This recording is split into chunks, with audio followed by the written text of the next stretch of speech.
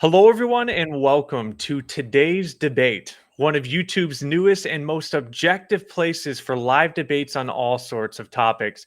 My name is Michael Temperato. Some of you may know me as Metaphysics Mike. I will be your moderator. Our topic tonight is one that cuts straight to the heart of how we understand Jesus and his mission. Did Jesus practice and preach the law of Moses? This is not a menial question because how we answer it shapes how we read the Gospels, how we understand Jesus. Was Jesus a teacher who operated fully within the Mosaic framework, or did he inaugurate something fundamentally new?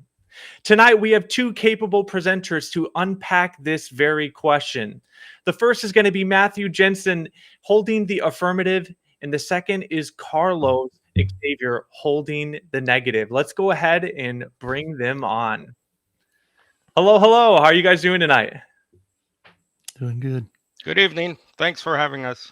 Yeah, thanks for coming on. So, the format for tonight, we're going to have 10-minute opening statements. We're going to have 10-minute rebuttals each, then a 20-minute cross-examination, and a 15-minute audience question and answer section. So if you have any questions throughout this debate, be sure to put them in the chat. Super chats will get answered first. And I don't know about you guys, but I am pretty excited for this. Let's go ahead and start with maybe you guys can introduce yourselves just in case people don't know you. Matthew, since you hold the affirmative, why don't we start with you? Sure. Thanks for having me. I'm Matthew Janzen. I am a husband of 28 years, a father of 5, a grandfather of 9. I'm a pastor. I've been a pastor since probably about 07 to 08, Messianic congregation, Torah practicing. And yeah, I love to study the scriptures. That's what I do in all my spare time. So I pump septic tanks to make money. I've done that my whole adult life. So it's worked out pretty good for me. Good to be here. Awesome. Well, thanks for coming. Carlos, you as well. Why don't you tell us a little bit about yourself? Thanks, Mike, and thank you, Matthew, for doing this again. We debated before on a related topic. So my name is Carlos. I grew up agnostic or not knowing where we came from and all that stuff. I became a Christian at 32 years of age and pretty quickly went into the so-called biblical Unitarian or non-Trinitarian system. And this is all of us here, I think. We're all like-minded Unitarians. And ever since, let's see, I've been working now for, I don't know, 5-6 years full time in the ministry with Restoration Fellowship, online media manager, doing all kinds of stuff online. And pertaining to this debate, I just published my first book. Oop, can you see that? Jesus Practiced What He Preached. You can go to JesusPracticedWhatHePreached.com if you'd like to know more. But basically, I will hold the negative that Jesus came as the new covenant law maker, and what Paul later calls the law Messiah is not the law of Moses. So we'll talk about that. We'll discuss that. And I've debated before mostly about the Trinity or things related to the Trinity. Is Jesus God, the so-called eternal Son, or double nature and stuff like that? People like Matt Slick. And I just saw you, Mike, debate Al Garza. I debated him. So yeah, I've been doing a lot of that since about 2019. I think I'm closing on my 30th debate with this one. So thanks again for joining tonight. Well, hey, thank you, Carlos. I appreciate it. And to all the viewers, we should have links to both their YouTube channels in the description. So if you want to hear more from them, be sure to go there and visit their channels. All right, we got 2 more things to go through real quick. Number 1, guys, my job as a moderator, all I want to do is make sure that this is fair, that people get equal time. We obviously want to do our best not to cut off each other when we can and obviously answer questions. Now, beyond that, in a spirit of love for each other, I think all is fair game. The second thing, we have these 10-minute openers. When you get to 2 minutes, you're going to see this on the screen, 2 minutes left. Once you see that, you got 2 minutes to finish on up. All right, so we're going to go ahead and get started. Beginning with Matthew Janzen, you hold the affirmative. So we're going to go ahead, take all of us off. And once you start talking, I will go ahead and begin the timer, and I'll get your slides up now.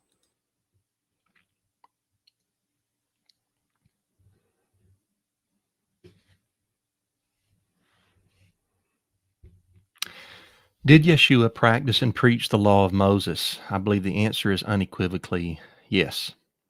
To begin with, Yahweh sovereignly placed his Messiah in the proper home, a Torah-observant home. Yeshua was circumcised on the 8th day, Luke 2:21 from Leviticus 12:3. He was brought to the temple after the days of purification, Luke 2:22 from Leviticus 12:2-4. He was then dedicated to Yahweh as the firstborn son of the family, Luke 2:22-23 from Exodus 13:2 and 12. Yeshua's parents then offered the commanded sacrifice, a pair of turtle doves or 2 young pigeons, Luke 2:24 from Leviticus 5. Let me note here that Luke 2 shows that the law of Moses is synonymous with the law of the Lord, as they're used there interchangeably. Yahweh gave his law through the agency of Moses. So when Yeshua is obeying Moses, he is obeying Yahweh. To disobey Moses would be to disobey Yahweh. We read in Luke 2:41-42 that at the age of 12, Yeshua journeyed with his parents to Jerusalem for the Passover. This is obeying both Leviticus 23 and Deuteronomy 16. His parents had to have taught him the Torah, and during his childhood, he was growing in favor with God as he learned to obey, Luke 2:52. So it makes no sense for the promised Messiah to begin his life practicing the law of Moses and then switch to disobeying the law when he became an adult. That would be throwing away everything Yahweh placed him in and what his parents had carefully taught him. As an adult, around 30 years old, Yeshua's custom was to attend synagogue on Sabbath, Luke 4:16 from Leviticus 23:1-3. As was his custom in Luke 4:16 is parallel to the earlier according to the custom of Passover in Luke 2:42. So Yeshua was a Sabbath keeper. Yeshua also wore tassels on his tunic, obeying Numbers 15 and Deuteronomy 22. The hem of his garment that the woman with the issue of blood touched in Matthew 9:20 was actually the fringe or tassel of his tunic, as the Holman Christian Standard Bible and Legacy Standard Bible astutely translate it. The Greek word kraspedon used in Matthew 9:20 is used in Matthew 23 verse 5 to refer to the Pharisees' tassels, as well as in the pertinent Septuagint sections in Numbers 15 and Deuteronomy 22. So even these small outward commandments were very important to Yeshua. This is seen equally in Matthew 23, verse 23, where he said the Pharisees were correct for tithing their tiniest garden produce based on Leviticus 27:30 and Deuteronomy 14:22. After healing a leper in Matthew 8, Yeshua instructed the healed man to go and show himself to the Levite priest and offer the gift that Moses commanded. This was in obedience to Leviticus 14:1-22, where several sacrifices were required for ritual purification. Yeshua called the Jerusalem temple his father's house in John 2:16, and he always attended the holy city for the annual commanded festivals, John 2, John 5, and John 7, just as his Torah-observant parents had taught him. Even right before his death, he told his disciples that he had a fervent desire to eat the Passover meal. Yeshua upheld the law of Yahweh through Moses in his teaching. In the famous Sermon on the Mount, he said to the crowd in Matthew 5:17 that they should not even begin to think that he came to destroy the law or the prophets. The prophets here are not prophecies, but rather the prophets who would always call the people back to the Torah. Same as Matthew 7:12's admonition to do unto others, for this is the law and the prophets, as well as Matthew 22:40's wrap up that all the law and the prophets hang on the 2 great commands. Yeshua instead fulfilled the law. In context, fulfilling the law here means to properly interpret it in his teachings so that his followers know how to best obey it. Matthew 5 is all about his disciples' obedience to the law. He begins with, blessed are the poor in spirit, or blessed are you when men revile you. He's talking to people about their obedience. He says, you are the salt of the earth. Let your light shine that others see your good works. Do not think I came to destroy the law. See, the commandments are a lamp and a light, Proverbs 6:23, and by obeying the commandments, his followers shined their light. He said the law would last until heaven and earth passed away, and heaven and earth in the Gospel of Matthew, it doesn't have some hidden meaning. It means the actual heaven above and the earth below. We know this from Matthew 6, verse 10 in the next chapter, where we're told to pray, "Thy will be done on earth as it is in heaven." Heaven and earth have yet to pass away, so the Torah of Moshe remains firm. Further proof that Yeshua is speaking of the continuance of the law of Moses in his sermon is found in Matthew 5:22b, where he warns transgressors that they will have to stand before the Sanhedrin, a Jewish Torah-observant council of around 70 devout elders. Matthew 5:23 through 24 also proves the law of Moses firm when Yeshua says, if you are presenting your offering at the altar, but suddenly remember that your brother has something against you. The offering at the altar here is the same vocabulary in the Septuagint for the 5 types of offerings listed in Leviticus 1 through 7, burnt, peace, grain, guilt, or sin offering. He says to leave your offering, go reconcile with your brother, but then come back and present your offering on the holy altar. Verses 21 through 48 in Matthew 5 are not about Yeshua contrasting his teachings with Moses. They are about his interpretation of certain Torah portions versus the interpretation of others inside Judaism. He says our righteousness must surpass the scribes and Pharisees in Matthew 5:20, so it makes sense that he would then contrast some prevailing views of the Torah with his own. Second Temple period Jews often disagreed on how best to fulfill specific commands. These disagreements among brethren never meant any group or person considered the law of Moses irrelevant. Finally, Yeshua agreed with a Second Temple period Jewish scribe about keeping the law of Moses. In Mark 12:28 through 34, a friendly scribe, which is an expert in the law, approached him and asked, "What's the greatest commandment?" And Yeshua doesn't tell the scribe any new doctrine, but old established doctrine by quoting the Shema in Deuteronomy 6. Notice carefully that Yeshua doesn't quote verse 4, just quote verse 4 about the one Yahweh, but also verse 5 about loving Yahweh with all your heart, soul, and strength. This threefold love of the Shema is directly defined in 2 Kings 23:25, where King Josiah was said to have turned to Yahweh with all his heart, soul, and strength, according to the law of Moses. King Josiah is inspired commentary on Deuteronomy 6:5, and Yeshua said Deuteronomy 6:5 was the greatest commandment. Additionally, Yeshua cites the second greatest commandment about loving one's neighbor from Leviticus 19, verse 18. So, like a faithful Israelite, Yeshua always went back to the instruction manual of his Father.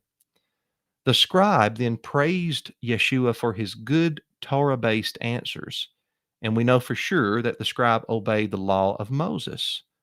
Yeshua saw the scribe's response as intelligent. My biblical Unitarian brothers love pointing out how this scribe was not a Trinitarian, and they are correct. That Yeshua agreed with the scribe about the one Lord, or the one Yahweh.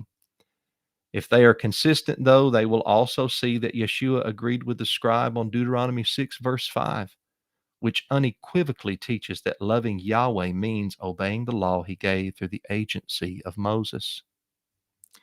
My friends, that Yeshua practiced and preached the law of Moses is one of the most provable doctrines in Scripture. It's so important because Yeshua said in Luke 6, verse 40, that every disciple, when he is fully trained, will be like his teacher. We're still being trained now. We've got some discipling yet to do. To be a good pupil, though, would be to listen to Yeshua, to his teachings. If you claim that Yeshua/Jesus is your teacher, your rabbi, your master, then you need to follow his teachings. That's what master or Lord means, boss, owner, ruler. And Yeshua always taught in his personal life, even from birth and ministry, all the way till death and even after resurrection, to obey the law that Yahweh gave through the prophet Moses. That's the end of my presentation, and I invite you to listen to Carlos very carefully.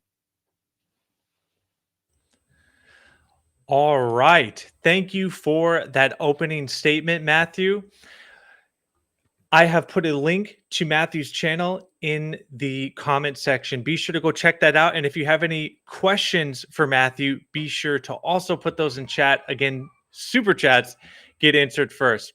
All right, now we are moving on to Carlos. Now, I know that you have a video. Looks like it needs to be rewinded a bit. Let's go ahead I will take us all down. We will add that and make sure it is set.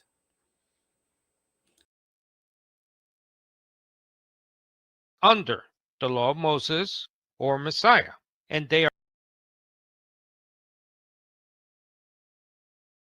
Did Jesus practice and preach the law of Moses? No, because Jesus was sent, commissioned to preach and practice his own law, what Paul later terms the law of Messiah. First, a disclaimer. I categorically affirm that Jesus never sinned. He was not a sinner. He was the promised Messiah, the spotless and sinless Lamb of God. The question is, which law was Jesus under? The law of Moses or Messiah? And they are not the same law, as I will show. Again, Jesus never sinned, nor did he teach his followers then or now to sin. The new covenant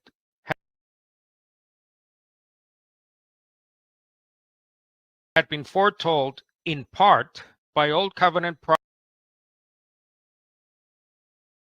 prophets like Jeremiah and Ezekiel, as well as some ancient rabbis. Church historian Del Allison quotes from a classic rabbinic commentary that the Torah which a man learns in this world is vanity compared with the Torah of the Messiah. This shows a pre-Christian Jewish understanding of the Torah of Messiah and not Moses. As a result, Jesus, and to a certain extent his followers, operated under a different law than the law given at Sinai to Moses. Hence, John 1:17 says that the law was given through Moses, but grace and truth came through Jesus, the Messiah. So here's a good question to start us off with. Where do we find the words of that new covenant law? After all, we know where to find the words of the old covenant law. And we all know that a covenant must consist of words. The answer is in the teachings of Jesus. Start with the so-called 6 antitheses he makes between the law of Moses and his own teachings in Matthew chapter 5. That is, you have heard it said, but I say to you. The contrasts included laws relating to murder, lust, marriage divorce, vows, oaths, lethal self-defense, and how to treat your enemies. If we take only the last two examples, we clearly see how Jesus effectively overruled the law of Moses. For example, under Moses, God commanded the Israelites not to show any pity, but Jesus says, do not resist an evil person. If someone slaps you on the right cheek, turn the other cheek to them as well. Jesus goes on to say, love your enemies and pray for those who persecute you, so that you may be children of your heavenly Father. The Old Covenant system that began with Moses at Sinai, pertaining to personal and judicial punishment, have clearly been changed here. Jesus is not repeating the law of Moses. He is contrasting it with his own law.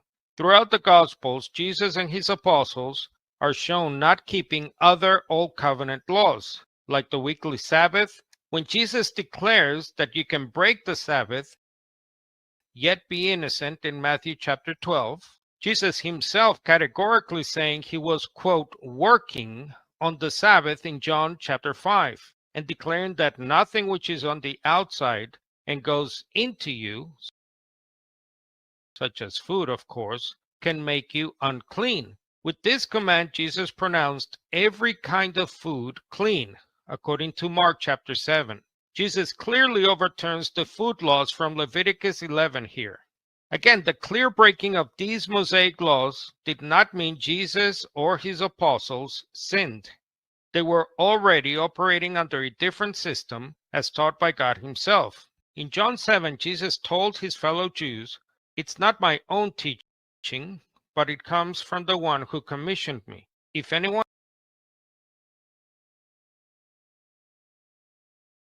is willing to do God's will, he will fully recognize this teaching and where it comes from God or from my own initiative. The man whose teachings come from himself is looking for glory for himself, but he who is looking for the glory of him who sent him, that man is genuine and there is nothing false about him. This means the New Covenant law of Jesus was inaugurated with his preaching and practice, not just his death, as Jesus said at the Last Supper. In Luke 22, verse 20, he calls the new covenant an agreement confirmed with my blood, which is poured out as a sacrifice for you. Compare the words of the Old Covenant given by Moses and later confirmed by the shedding of blood. Also note how Jesus combines here Jeremiah 31's promise of a new covenant with that of Exodus 24, verse 8, the blood of the covenant at Sinai. The new covenant in my blood points to his death as the sacrificial act that later confirmed this new covenant. As Jesus says in Luke 24, verse 44, these were my words while I was still with you, that everything which is written about me in the law of Moses, the prophets, and the Psalms must be fulfilled. His death is not the new covenant. His death ratified the new covenant. After all, how can you agree and confirm a blank document? That is, the blood ratified his new covenant law like a signature on a document. After all, no one would put their signature on said blank document. That is a document without any words. Therefore, the new covenant law of Messiah came into effect with the ministry of the Messiah, and was officially certified at the cross. As a result, at his first appearing, Jesus was already functioning as the high priest mediator of that new covenant law, as Hebrews 9:16 goes on to say, for where there is a covenant, there must of necessity be the death of the one who made it, that is, the covenant. So to say the new covenant law begins only at the cross implies that Jesus did not practice what he preached. This would turn Jesus into a hypocrite. Jesus never said nor meant, don't do what I say now, just wait until after I die. Instead, Jesus asked, why do you call me Lord, Lord, but do not do what I say? Later, Paul was right to say, imitate me as I imitate Messiah, because Jesus himself practiced what he preached, again, his own new covenant law. This further explains why Paul states in 1 Corinthians 9, I myself am not under the law that is of Moses. Yet Paul adds, not myself being outside the law of God, but under the law of Messiah. Note that for the apostles, the law of God is the law of Messiah and not Moses. Paul asks in Galatians 5, if I were still preaching circumcision, why am I still being persecuted? Just as the song, If I Were a Rich Man, means that the singer is not a rich man, Paul clearly here means he was not preaching circumcision. When Paul went to meet the apostles in Jerusalem, he says that not even Titus, who was with me, was compelled to be circumcised, although he was a Greek. The apostles and elders agreed with Paul that Gentiles should not be circumcised in order to obey the law of Moses. They understood that circumcision belonged to the Old Covenant, not the New Covenant. The apostles recognized that Gentiles were accepted by faith. They agreed with Paul that Gentiles were not to be made slaves under the law of Moses. As the Jerusalem church asks in Acts chapter 15, verse 10, why would anyone want to challenge God by burdening the Gentile believers with a yoke that neither we nor our ancestors were able to bear? Hence, Jesus is called the mediator of a new covenant, and his followers, like the apostle Paul, ministers of that same new covenant. 2 Corinthians 3, Paul says that God made us competent to be ministers of a new covenant, not of the letter, but of the Spirit, because the letter kills, but the Spirit gives life. Also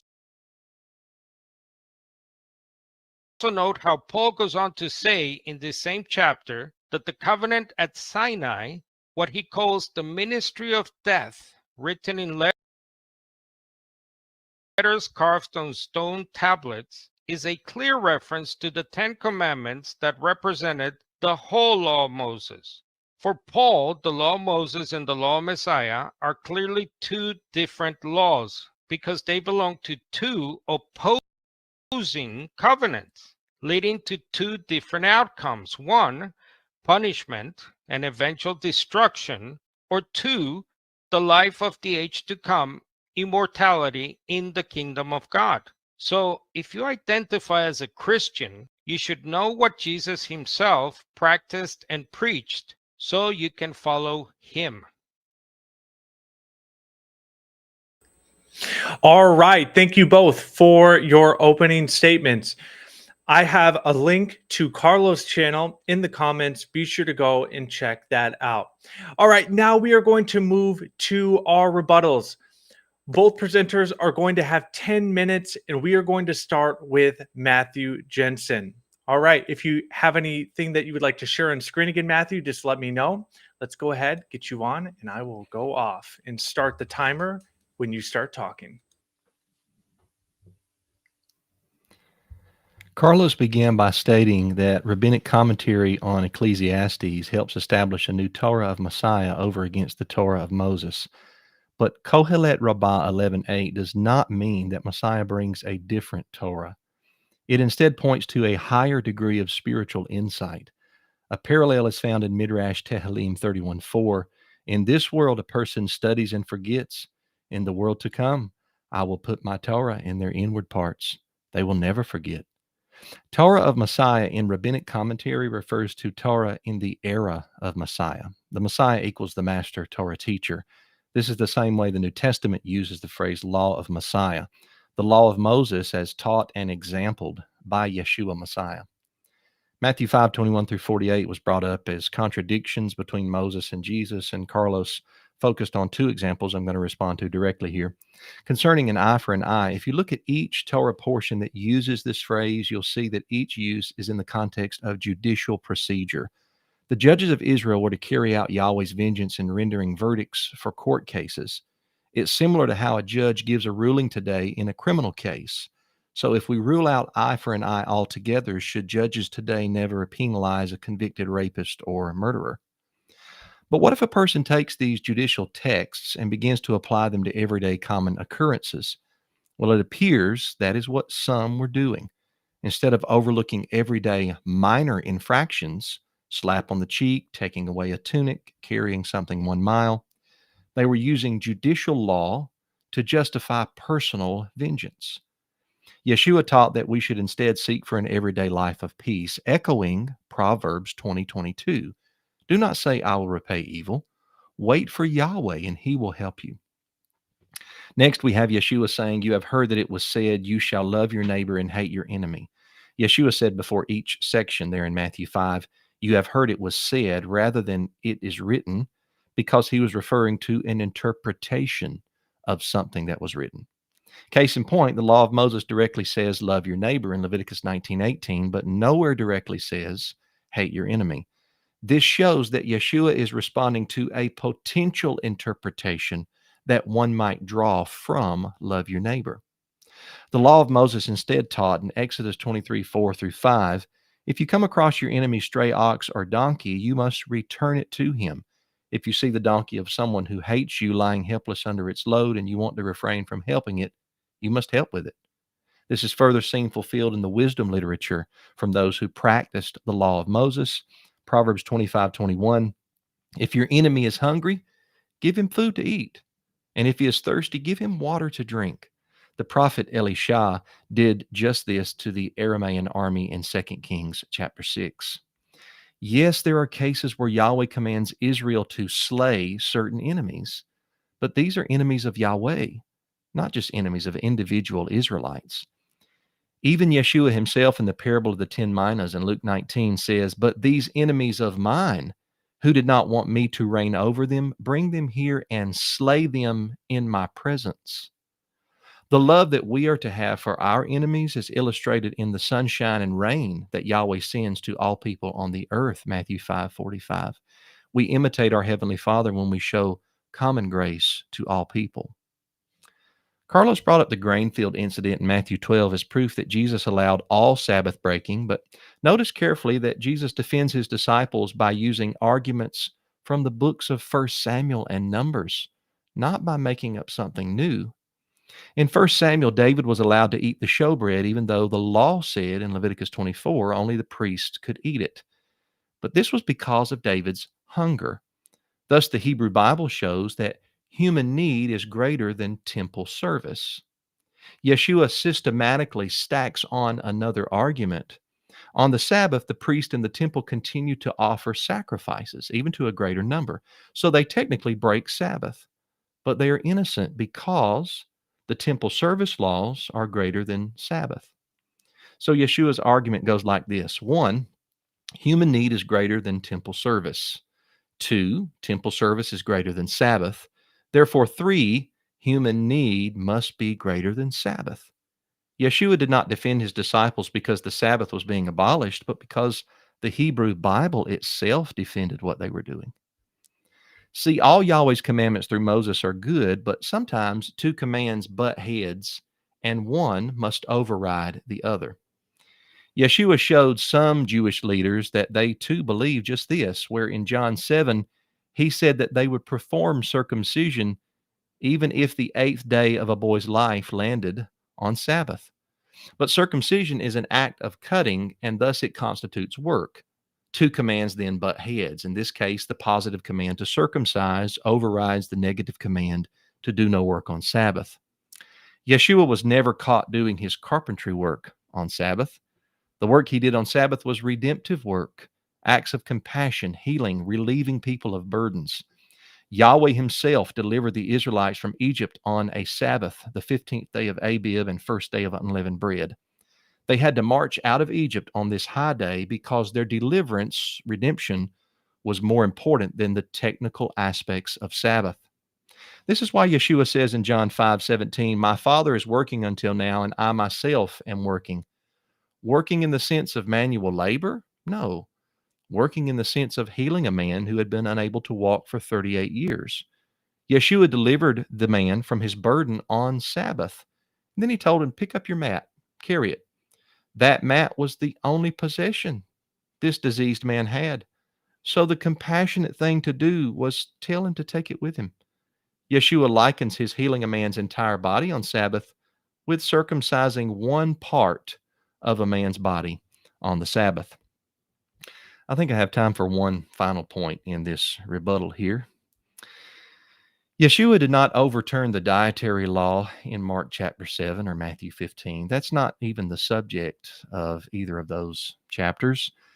The beginning of Mark 7 shows that this is a dispute about ritual purification or purity. The Pharisees asked Yeshua, "Why do your disciples eat bread with defiled or common hands, breaking the tradition of the elders?" The Pharisees didn't ask, "Why do your disciples eat pork, breaking the law of Moses?"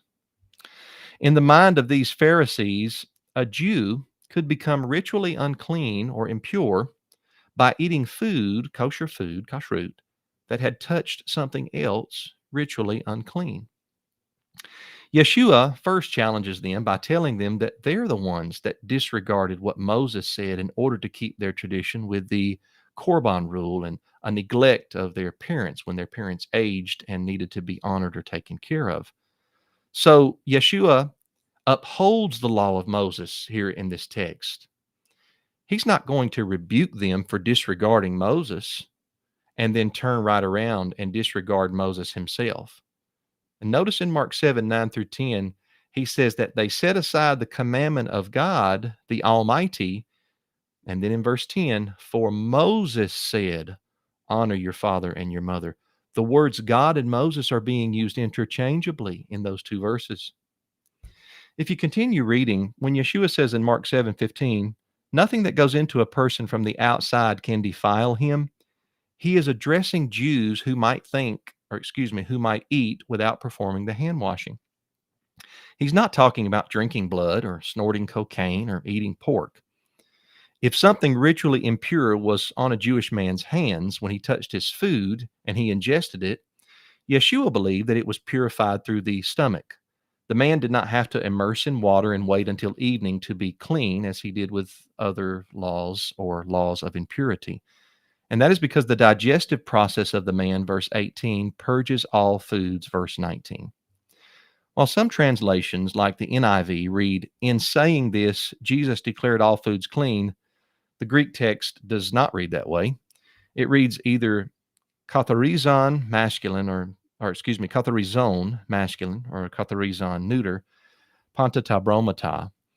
Now, I lean towards a neuter original here in the Greek text, meaning that the stomach purges away impurities through the digestive process, but recent studies in scholarship have shown how the masculine variant could be read as connected with ton anthropon, the man, in 18b. This was all an intramural debate amongst Torah observant Jews. I'm going to stop it right there. I look forward to discussing more text during the cross-examination period. Thank you all for listening. Awesome. Thank you, Matthew, for that rebuttal. We are going to now go ahead and we will shift the stage over to Carlos for his 10-minute rebuttal. Carlos, it will begin the moment you first start talking. Okay. Yeshua's childhood, Matthew's first point. We all know this and agree. He was raised under the law, of course. No one is denying Jesus that, but this debate is about the beginning or the start of Jesus' ministry. You know, it's like appealing to Abraham or Moses' pagan upbringing in order to question their later beliefs. He says that his life practicing the law of Moses only to abandon it. So that makes no sense. Now, that's a straw man because Janzen replaced what Jesus actually says, that he came to fulfill the law, not to abandon the law. That's not what the text says. The problem is to ignore Jesus' own claim to be Lord, which is master, owner over the Sabbath. He says he's even greater than the temple. He was not therefore bound by that old covenant law of Moses, but by his own law, what Paul later calls the law of Messiah in 1 Corinthians 9:21. Apologies for the wrong slide, I believe, in my opening. 1 Corinthians 9:21 and Galatians 6:2, the law of Messiah. Now, why is that? Because Jesus was greater than Moses. Hebrews 3:3, Moses was not his Lord, therefore he was not under the law of Moses.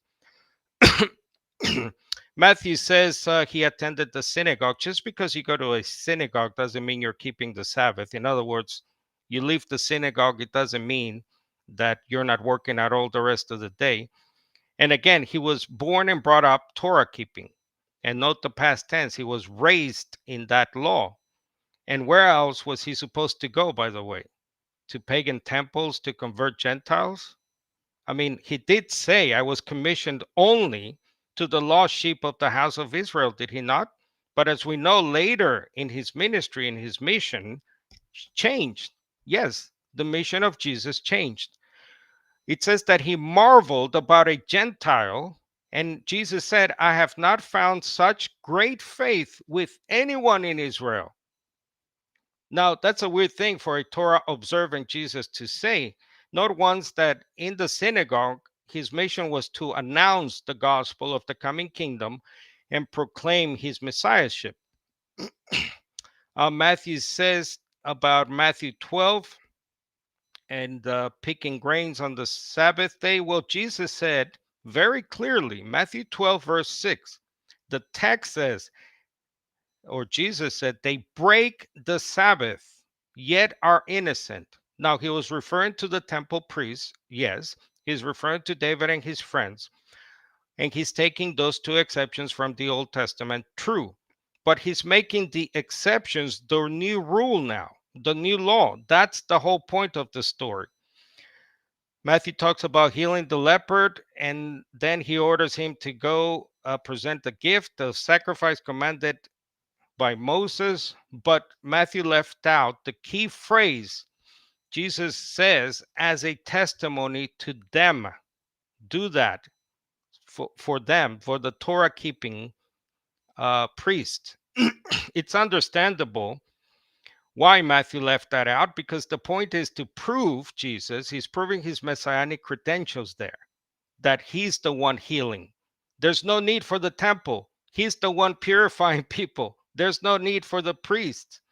And all these are works prophesied in scripture, fulfilling the two witness requirement, by the way, that is found in the Gospel of John. Jesus said he came, again, he came to fulfill, not abandon the law. And the prophets, not prophecies. He came to fulfill the prophets, not prophecies, and the writings. Matthew says he went to Jerusalem for the annual feast, just as his parents taught him. Again, where was he supposed to go? He was sent to seek the lost sheep of Israel. After his resurrection, most of the apostles, whenever they were in Jewish communities, regularly went to synagogues to teach, like Paul and Peter. Like Jesus, they saw it as an effective mission work to the Jew first. Matthew says just before his death, he fervently desired to eat the Passover meal. Yes, because Jesus fundamentally transforms the Passover meal, the meaning and significance, to establish a new law, a new commandment, the Christian communion service. He replaces, just read it. Jesus says, the bread is now his flesh, the wine is now his blood. And then he says a key thing: do this in remembrance of me. The Passover was in remembrance of the Exodus from Egypt after Moses takes them out of Egypt from slavery. So Jesus is in effect saying, don't do this no longer for the old stuff, the Exodus from Egypt. Do it to remember me, because I'm the Messiah. As Paul later says and makes clear in 1 Corinthians 5, verse 7, for the Messiah is our Passover lamb. He has been sacrificed. He replaces that system.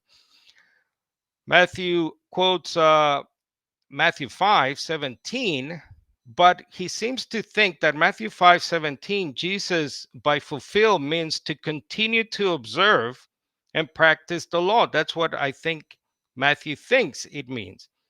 But in Matthew and across the whole New Testament, it refers to the completed prophetic fulfillment, not continuous repeated observance of the Torah. Now, the New Living Translation, which is a paraphrase, I think it really captures the sense of Matthew 5:17 by putting, I came to accomplish their purpose, the purpose of the law, the prophets, and the writings.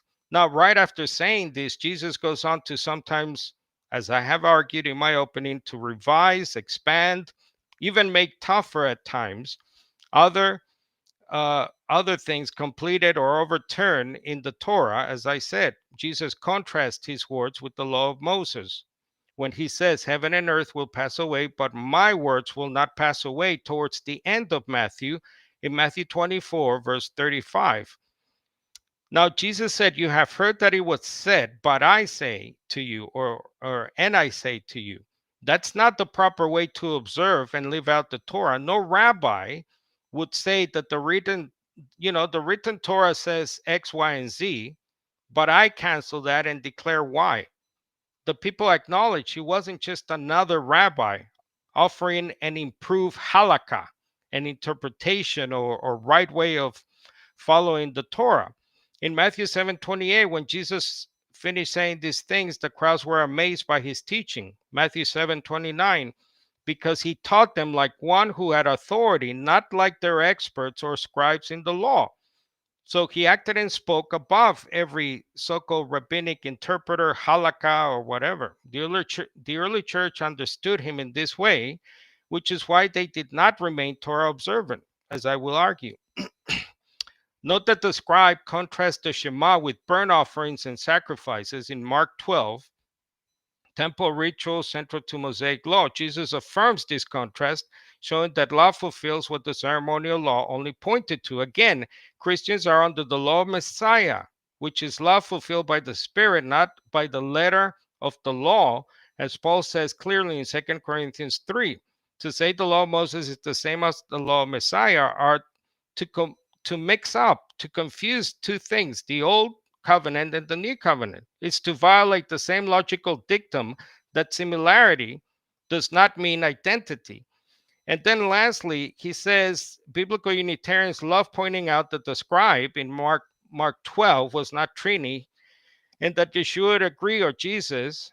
Why don't they also love their agreement on Deuteronomy 6:5? Now, the voice from heaven said, this is my son, listen to him, not Moses. John 14:15, if you love me, you will keep my commandments. And the person who has my commands and carries them out is the one who loves me, and the one who loves me will be loved by my Father. Thank you. All right, Carlos, thank you for your 10-minute rebuttal. All right, we are now going to shift over to what is one of my favorite parts of these debates, and that is the cross examination. We are going to start with you, Matthew, since you have the affirmative. Again, my goal here is just to help make sure this is fair, that questions are getting answered. And beyond that, again, in good love, I'm sure everything else is fair game. So 20 minutes each. Matthew, the moment you start, I will begin your timer. How are you doing, Carlos? Good. You sweating yet? No? Well, some of the things you're saying are making me sweat, but go ahead. I mean, your conclusions are making me sweat. Oh, it's good to talk to you again, buddy. Good to talk to you. First question. Yes. Did the family that God allowed Jesus to be born into observe the law of Moses? Say it again, please? Did the family Yes. that God allowed Jesus to be born into, Joseph and Mary, did they observe the law of Moses? Yes. Did Joseph and Mary teach Jesus to keep the law of Moses as a little boy? Yes, but that's not the point of this debate, as I said, Okay. but go ahead. Okay. So you do believe that Jesus was keeping the Sabbath as a child and a young adult? Same as Paul the Apostle, and yep. During his childhood, when he was keeping the law of Moses, Jesus, as he was taught, was he finding favor with God during this time? Of course. Okay. So on what day or at what age was Jesus allowed to stop keeping the Sabbath he was raised to keep? Actually, if you've listened to my sermons and various videos, I believe the new covenant as such begins with John the Baptist, Jesus' cousin, and they are the messengers of the new covenant. So the interpretation of Malachi 3 is that they are the ones prophesied that they will come and give this new covenant or start the new covenant, establish it. So actually it begins with John the Baptist. And then obviously Jesus, I think if you have to put a timestamp on it, at his baptism, the official beginning of his messianic ministry. So you think before his baptism he was a strict Sabbath keeper, but after his baptism he was allowed to break the Sabbath? Well, he is the new covenant lawmaker. And again, when we say breaking the Sabbath, I mean, Jesus says at Matthew 12, verse 6, very explicitly, he's not a lawbreaker because he's the Messiah. So he's establishing what God is only teaching him or communicating to him, as the voice from heaven itself says. So he's beginning this new messianic era, if you want to call it. And I do agree with you, by the way, Matthew, on your understanding of some of those rabbinic sources, they did understand that the Torah Okay. Messiah, as they call it, Okay. begins with the coming of Messiah. Okay. Do you have a Bible there with you, Carlos? Yes, sir. Let's go to Luke chapter 1. I want to go through a couple of verses here and just get your thoughts. Let's do Sure. Luke 1. Yep. Verse 9, where it says, according to the custom of the priestly office. What custom is that? I'm assuming a custom from the book of Leviticus. Okay, that's close enough. All right, now look at Luke 2:27. We can take our time. I'm not in a hurry. Luke 2:27. Yes, sir. And he came in the Spirit into the temple, and when the parents brought in the child Jesus to carry out for him the custom of the law. What custom is that? Is it circumcision there? That would be part of it. Okay. Now, Luke 2:42. Yes, sir. And when he became 12 years old, they went up there according to the custom of the feast. What custom is that? Of keeping the feast. Okay. Yep. Okay, so all of these Lucan phrasings show obedience to the Torah. Why then would Luke 4:16, when the author explicitly says that Jesus entered the synagogue as was his custom, why would that not also in vain show that Jesus kept the Torah as an adult? Well, because as I said, just because he entered the synagogue, or the apostles after his resurrection go to the synagogue or go to the temple courts, by the way, which is what it says right in the book of Acts. They're preaching the gospel of the new covenant kingdom, as I would call it. So Jesus is fulfilling his messianic calling, saying to them, this is fulfilled in front of your ears, that you know, in essence, that he's the Messiah, and preaching now the gospel of the kingdom. In Luke 4:15, before 16, verse 15, and he was Yep. teaching in their synagogues, being glorified or praised by all. Yep. When it says he was teaching in their synagogues, do you take that to mean on the Sabbath he was teaching in the synagogues? Verse 15. Yeah, that's what it says. The synagogue Okay. on the Sabbath day. Yep. Okay.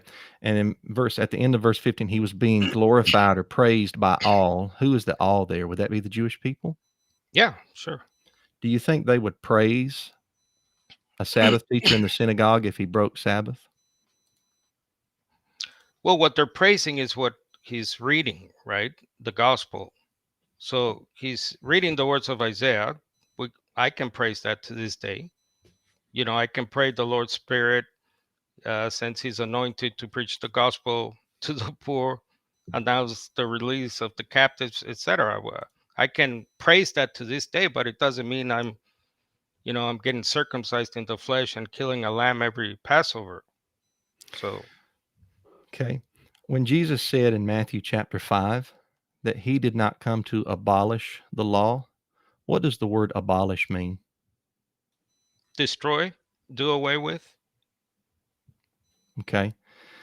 Did Jesus destroy or do away with the Sabbath? He fulfilled the Sabbath. He fulfills the various, what Paul goes on to call, works of the law. So the Sabbath would be part of the Jewish calendar. I believe Paul calls a shadow in Colossians 2:16 and 17. He fulfills the whole temple Levitical system per the letter to the Hebrews, or the book known as the Hebrews. So he Okay. fulfills those certain things. Yeah. So he fulfilled the Sabbath. So once he fulfilled it, is it now done away with?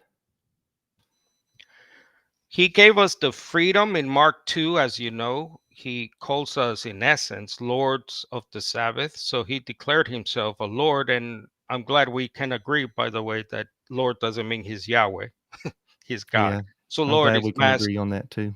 Yeah, praise God. Thank God. And, owner, master. So he has mastery over the Sabbath. So look, if you want to rest on the Saturday, that's fine with me. But I think out of an obedience to the new commandments taught by Messiah, I don't think that's right. In verse 17, when he says, "Do not think I came to abolish the law or the prophets." Sorry, And then Matthew 5, Matthew right? 5, verse 17. Yeah, I'm in Yes. Matthew 5. Do Go not ahead. think I came to abolish. And then look at verse 19. Whoever then annuls, some translations say breaks, loosens, luo there in the Greek. Do you not see how that would be? Those two verses are equal. Do not think I came to abolish would be whoever then annuls or breaks.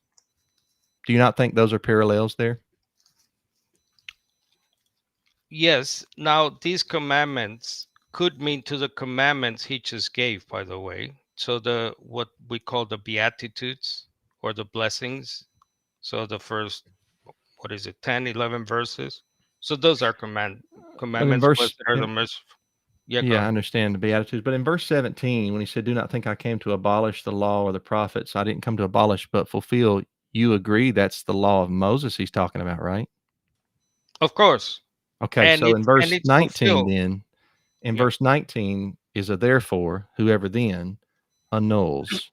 You don't see how annuls is equal with abolish in verse 17? If you can clarify I think you're trying to get at what's your point? If you can make it, maybe I can. Yeah, I'm trying to make it through a question. Yeah. Well, it's all right. Make that as a statement, and I'll try. So I see that in verse 17, Yeshua says, "Do not think I came to abolish." And Right. so then in verse 19, as his students, whoever then annuls, it Right. seems like abolish and annuls would Oh, I be get it. I got it. synonyms there. I So got it. that annuls is abolish. If abolish is talking about the law of Moses in verse 17, annuls would be talking about the law of Moses in verse 19. I Correct? got you. Got you. Well, it would be contradictory to do that because, right, abolish means abolish, do away with, destroy, right? Now the subject is the law of Moses, we agree. But then the Yes. question in 19 is about the commandments. So Mm. what commandments? Is it going back to the law of Moses? Most of us don't believe that, as you know. We believe that the commandments are the ones now he's given that are being communicated by God the Father himself to his Messiah, his anointed one. And then either you can take commandments as the ones that have already been spoken, as I said, the Beatitudes, the blessings in the first 10, 11 verses, or it can refer commandments to the things that follow that we know we disagree, where the antitheses of Matthew. So verse 17, do not think I came to abolish the law. That's the law of Moses. Yeah. Okay. Verse 18, for truly I say to you, until heaven and earth pass away, not the smallest letter or stroke shall pass from the law. What law is that? Of Moses. Okay. Verse 19, whoever then annuls one of the least of these commandments. Oh, hold on.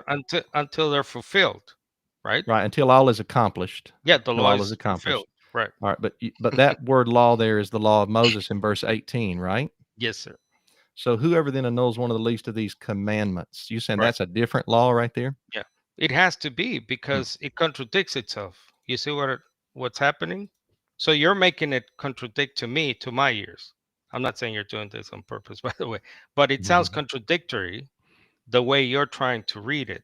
But Thank if you we for read it as the commandments, it goes on to say, as New Testament in Revelation, whoever keeps his commandments, the martyrs, they died for keeping the commandments of God. So the question now is, what do the New Testament writers mean by the commandments of God? Do they mean Levitical priesthood, all those laws, or yeah? Okay. So if Jesus is introducing new law here in the Sermon on the Mount, why does he teach the ongoing validity of the Sanhedrin in Matthew 5:22? Don't curse your brother, don't speak bad language towards your brother, or you'll have to go before the Sanhedrin, the Jewish Right. council of elders. Why is he mentioning the Sanhedrin if this is new law? Well, he's making a simple, practical example at that time. The Sanhedrin is standing at that time. So he's just pointing to what the law says and what Okay. they do when you take it to the Sanhedrin. Okay. And then in verse 23, therefore, if you are presenting your offering at the altar, Mm-hmm. isn't that a sacrifice, an animal Yes. sacrifice right there? Okay. Yep. So why is he talking about people still presenting their offerings at their altar if he's teaching them this new law? Right. Because the law here, if you go back to 21, the context is, you have heard that it was said, you shall not murder. Anyone who commits murder will be judged as guilty. But I say, anyone who's angry with his brother will be judged as guilty. And then he makes an example of that law, which is new. It sounds to me like he's changing that judicial system, or that not system, that judicial law, and then he just makes a practical point so they can understand, because the Sanhedrin is standing and they're still under the law. So he's making that example, I think. And they were still doing the sacrifices because he mentioned when he's talking to the crowd still, you go to present your offering at the altar. They were I still doing agree. the sacrifices. I Okay. agree. Do you think that the law of Moses taught that it was okay to be angry with your brother? You shall not. You're referring to anyone who is angry with his brother will be Right. judged. You think the law of Moses didn't teach that it was okay under the law of Moses to be angry with your brother? Are you referring to a specific I'm asking you. verse in? I'm asking you. Do you think that the law of Moses okayed me being angry with Carlos? Let's say we live back there. Do you think it'd be okay for me to be angry with you in disobedience to Matthew 5 there, 21, 22? Well, if Jesus is saying not to be angry with your brother. Yeah, my point is you're trying to Yeah. say that Jesus is introducing new law here. So he says, you've heard that it's been said, do not murder, the physical act of murder, but I say unto you, don't be angry with your brother. Some texts say without cause. What I'm saying is, do you think Jesus is introducing new law when he says, don't be angry with your brother? I think what he's doing is that now being angry with you is the same as killing. Okay. That's Let's what move he's on. doing. Let's move on to I another. think that was not in the law of Moses. Okay. All right. Yeah. So Luke All chapter right, hey 10. guys, real quick, Mhm. Matthew, time has paused. Want to let you know you got 5 more minutes. All right. Thanks, All right. buddy. Yep.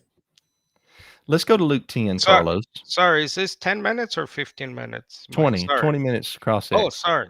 I forgot. Yeah, I ahead. had to learn that from you. Luke 10, verse 25. Let's go to Luke 10, 25. Yes, sir. Luke 25 through 10. 28. Okay. And I hope this don't take the rest of my time up, but if it does, it's okay. I'll try and be quick. Sorry. A lawyer here asks Jesus, what do I need to do to inherit eternal life? Yes. Life in the age to come. And Jesus responded by saying, what is written in the law? How do you read it? What law was Jesus referring to here? The law of Moses. Okay.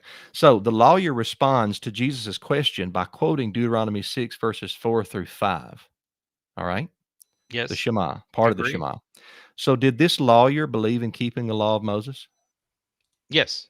Okay. So Jesus responds to the lawyer's citation of Deuteronomy by saying, you've answered correctly. Do this and you will live. How could Jesus agree with the lawyer if he taught a different law than Moses? Because he didn't come to just, again, abolish the law, leave us lawless. So he's, again, you know how this works. So he's revising, or some call it spiritualizing, certain laws or whole systems like the Levitical system, because now he's the stand-in, he's the lamb, etc. Although I think you have a different view of that. So, but a lot of the laws, what they call the ethical or moral laws, they're obviously still, the church still is beholden to those laws. That's why I think he said, Matthew, I didn't come to abolish the law, meaning I'm leaving you guys lawless. That is why, by the way, in 1 Corinthians 9, Paul is very careful to say, well, listen, to the Jew, I become like a Jew, although he's an obvious Jew, Paul. Okay. And then he says, but I'm not. Okay, go ahead. Thank you. Yeah, I'll stop you right there. You can stop me too when it's your time. Luke 5, 29 through 32, where Jesus eats at a banquet with the sinners. Yes, sir. He eats at a banquet with the sinners. The Pharisees get a little upset. Why are you eating with sinners? What does the word sinners mean? It could mean what I call backsliding Jews or Gentiles. All right. So backsliding Jews or Gentiles, what do they do? What does that mean to be a sinner? Well, a sinner is you're in disobedience to, if you're a Jew, the law. And if you're a Gentile, well, they called us dogs, as you know. So right. So if sinners means those who break the law of Moses, you mentioned this in chapter 1 of your book. What does righteous mean? Right standing before God. So sinners means those who break the law of Moses. Disobedience, yep. What does righteous mean? Right standing before God. Let's go to Mark chapter 7. Yes, sir. Mark 7, verse 9. Yep. Jesus tells the Pharisees here, you reject the commandment of God that you may keep your tradition. And then Jesus in verse 10 says, for Moses said, honor your father and your mother. And he who speaks evil of father or mother must be put to death. Was Jesus equating the commandment of God with what Moses said? Yes. And this is in his ministry, right? Yes. When Jesus says that Moses said the fifth commandment, was he agreeing with Moses here?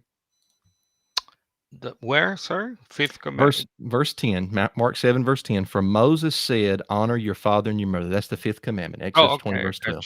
Yep. Yeah, so when he says Moses said, honor your father and your mother, was Jesus agreeing with Moses? Yes, he's upholding the fifth commandment, yes. Okay. If Jesus rebuked the Pharisees for setting aside the commandment of God through Moses, why would he then set aside a commandment of God himself in the following verses? Jesus is setting aside. I'll ask it again. If Jesus rebuked the Pharisees for setting aside the commandment of God through Moses in Mark 7, 9 through 10, he rebuked them for that. Why would he then set aside a commandment of God in verses 15 through 19 of the same chapter. Wouldn't that be hypocritical? Oh, you mean the food laws, right? Oh, yeah, because in verse 15, nothing which is on the outside and goes into you, meaning food, I think we agreed, can make you unclean. So we have a different interpretation, as you stated, I think, in your opening or rebuttal, of verses 15 and 19. So I side with most So, of the translations that say that he declared all foods clean in verse 19. You don't. yeah, so Jesus is setting aside a commandment of God through Moses in verse 15 through 19. He is that particular one, we believe, yes, Christians, for the most But part, as you know. but he rebuked the Pharisees for setting aside a commandment of God through Moses in verses 9 through 10, Yeah, right? for their Okay. traditions, right? For Okay. their traditions. You All leave right. Thank you, you Carlos. tend to Thank you. leave out pieces of verses there. All right, Yeah. Matthew, you got time for one more, and then we'll let Carlos have the last I, word. I'm good. I'm good. That's all I want to get to. Yeah, I'm good. All right, Thank all you, right. Carlos. Thank you for answering those questions, No buddy. problem. All right, thank you, Matthew and Carlos, for that exchange. We're now going to switch over to Carlos for his 20-minute cross-examination of Matthew. And I will go ahead and start the timer when you begin. Okay, Matthew, let me start here. Do you still slaughter a lamb every year for Passover? Yes, Why? because the law of Yahweh through the agency of Moses teaches me to do that. Specifically in Exodus 12, that would be the initial text right there. So it's a peace or a fellowship offering. It's not a sin sacrifice, but it's a meal among worshipers. So the Passover was not also for sins? No, no. The Passover was a shelamim in Hebrew, known as a peace offering or a fellowship offering, fellowship between worshipers of Yahweh. That's what the Passover is. So, yeah. So it was not a to remind them that God Yahweh forgave their sins. No, the Passover was not a sin sacrifice. In 1 Corinthians 5, as you know, hmm specifically verse 7. So as you know, Christians do not do that. And I Sure. know I saw one of your videos from some time back about why you do it. And you did admit that even within your own community, it is a controversial thing, right? What you're doing, Oh, yes. I mean, right? I get rebuked just like you get rebuked for being a Unitarian. I get rebuked for slaughtering an animal religiously. Yeah. Right. So how do you understand, Paul? Then one of the big texts, Yeah. right, is 1 Corinthians 5:7. Yeah. Messiah, our Passover lamb, has been sacrificed. And Yes. as you know, Amen. he is called by Paul in Romans 6:10, Peter in 1 Peter 3:18, and Hebrews Yes. chapter 9. He's the once for all time sacrifice for our Yes. sins, so that Sure. most of us understand all that to mean that he has taken our place. I believe in substitutionary atonement. He is our lamb, our Passover. I don't need to kill any animal for any reason. Yeah, why do you? I'm just curious. Well, I mean, Jesus is my teacher, and he kept Passover according to the custom, Luke 2, verse 42. Remember when he was 12 years old. So I try to follow my teacher, my rabbi, and do what he did to the best of my ability. I'm not Well, perfect, but he said there, do this in remembrance of what? he's talking about the bread and the wine. You're going to the Last Supper. So he's Yeah. specifically talking about the bread and the wine. Do that in remembrance of him. We do that. We do the memorial supper of the Messiah, of So why do you Yeshua. kill a lamb if you're commanded by your Messiah to remember him in the Passover meal, but why Because do you have to kill an animal? he not only teaches us with his words, he teaches us with his life. And the entire time he was on this earth, every year, except for the one that he died, and he wanted to keep it that year, but he kept the Passover with the lamb. And so he's my rabbi, he's my teacher. So I want to imitate him in all areas that I possibly can. And so that's why I still keep the Passover in obedience to what Yahweh commanded the Israelites and obviously the mixed multitude there that was with them that exited Egypt. Now, you know the Torah explicitly forbids offering Passover outside the temple, right? Deuteronomy 16, which is why, correct me if I'm wrong, mainstream Yeah. Judaism, practicing Judaism today, Hmm. do not do what you're doing. Is that correct? Yeah. Yeah. Okay, That's you're being more Jew than than an ethnic Jew. Is Yeah, I that believe right? I'm correct. Yeah, I believe I'm correct. Okay. Just All yeah, right. So you're correct in all of Judaism. yeah. Let me move Can I on here. answer Deuteronomy 16, or you want to move on? I'll move on. Okay. Okay. The law of Moses strictly No, prohibit. I'm gonna have to stop that. Matthew gets a chance to respond to that. Thank you. If he wants to respond, he can do that. Yeah.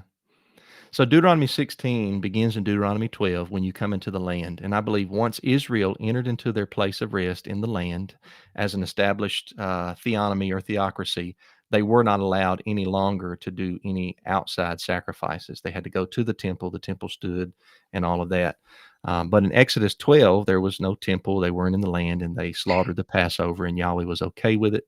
And I consider ourselves to be in that somewhat state or similar state today. So wilderness wandering. Yeah. The law of Moses strictly prohibits working on the Sabbath. Hmm. It's sort of unspecified work, right? Because you have that scary story. I believe it's in the book of Numbers. The guy gathering wood for whatever reason, it doesn't matter. What matters is he's found working, gathering wood. I mean, he it could have been a humanitarian reason. We don't know. They bring No, him it to wasn't. Moses, as you know, and they can. Well, the text is silent on that, and No, they. the text speaks. It's not silent. Okay, what does the text say? Why is he gathering wood? The episode there is Numbers 15, 32 through 36. And Yep. if you just read just above it, verse 30 and 31, and a little bit above that, it differentiates between unintentional sins and what the Hebrew text says, high-handed sins. So right So there you're it says, interpreting that as he's sinning then. I'm Okay. interpreting it in context, Okay, unintentional so and high-handed. And so he must have sinned high-handedly he because must Yahweh have. said, That's your opinion. He must have then. So let based on me the get to text right my there in Numbers 15. right. Well, that's your interpretation. Let me get to my question. So why did Jesus on a Sabbath day stand there, openly declare that he was working on the Sabbath day? You're John talking about five John seventeen. 5? John Yeah. 5:17. Some work was allowed to be done on the Sabbath. He took the cue from his Father in heaven. His Father in heaven makes people breathe. He lets the sun rise. Sometimes he sends rain on the Sabbath day. And so Yeshua says, I've watched my Father do this type of work. And so I'm going to heal a man that's been diseased for 38 years on the Sabbath. He wasn't doing carpentry work on the Sabbath. So humanitarian work is an exemption under the law in the letter. Is that what Yes. you're saying? Yes, absolutely. What Yes. verse Jesus do is, you what verse do you have for that in the law? Where did well, God say, "Oh, if you want to heal someone or rescue your animal or whatever, well, you can break Jesus the Sabbath"? explained it. He No, explained it no, right what there. text in the law? I, Give me a I'm text. I'm I'm about to. I'm telling you, Jesus told you already. He said, "Have you not No, no, read? the law. I Have want a Have you not?" text from the law. I'm going to answer you like Jesus did. All right. He said, "Have you not read? You should know this, Pharisees. Have you not read?" And he goes to David first, and he mentions David eating showbread, which was not lawful. Yeah, Was those not are lawful. exceptions that Look, Jesus makes the rule. I'm asking you for where did Yahweh, I'm your trying to explain Yahweh, it to you. my Yahweh, say that, oh, rest on the Sabbath except if you want to do X, Y, and Z? Please give me a text. David was allowed to eat the showbread, which was not lawful You're for not him to answering eat. my question. Let I'm me move trying on. to. If you want to let me, I'll answer if you let me, Carlos. You're not answering. Matthew Mm. 17, if I may move on. Okay. The temple tax, you know the story well. The Yeah. temple tax people, I guess the temple taxman comes along. Mhm. Why are they exempt from the temple tax mandated in the letter of the law as far as I can see? Why does Jesus say you're exempt from the law? There is no commandment in the Torah about an annual half shekel tax. The commandment in Exodus 30 surrounds taking a census. It is not an annual tax. Jesus was not the only Jew that believed that he was exempt.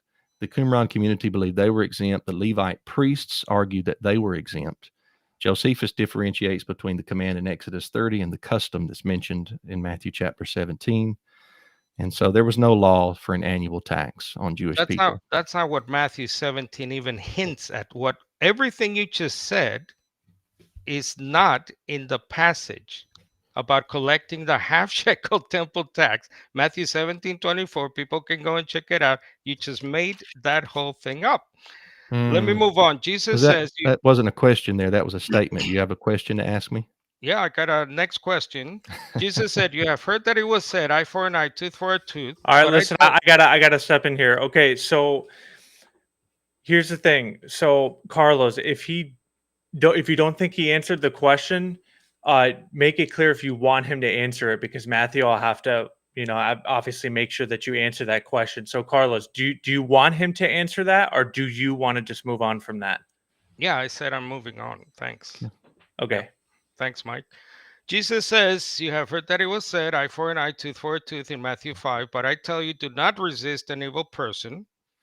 How is this not a direct change of, let's call it change of the eye for an eye? Show no pity of Deuteronomy 19, verse 21.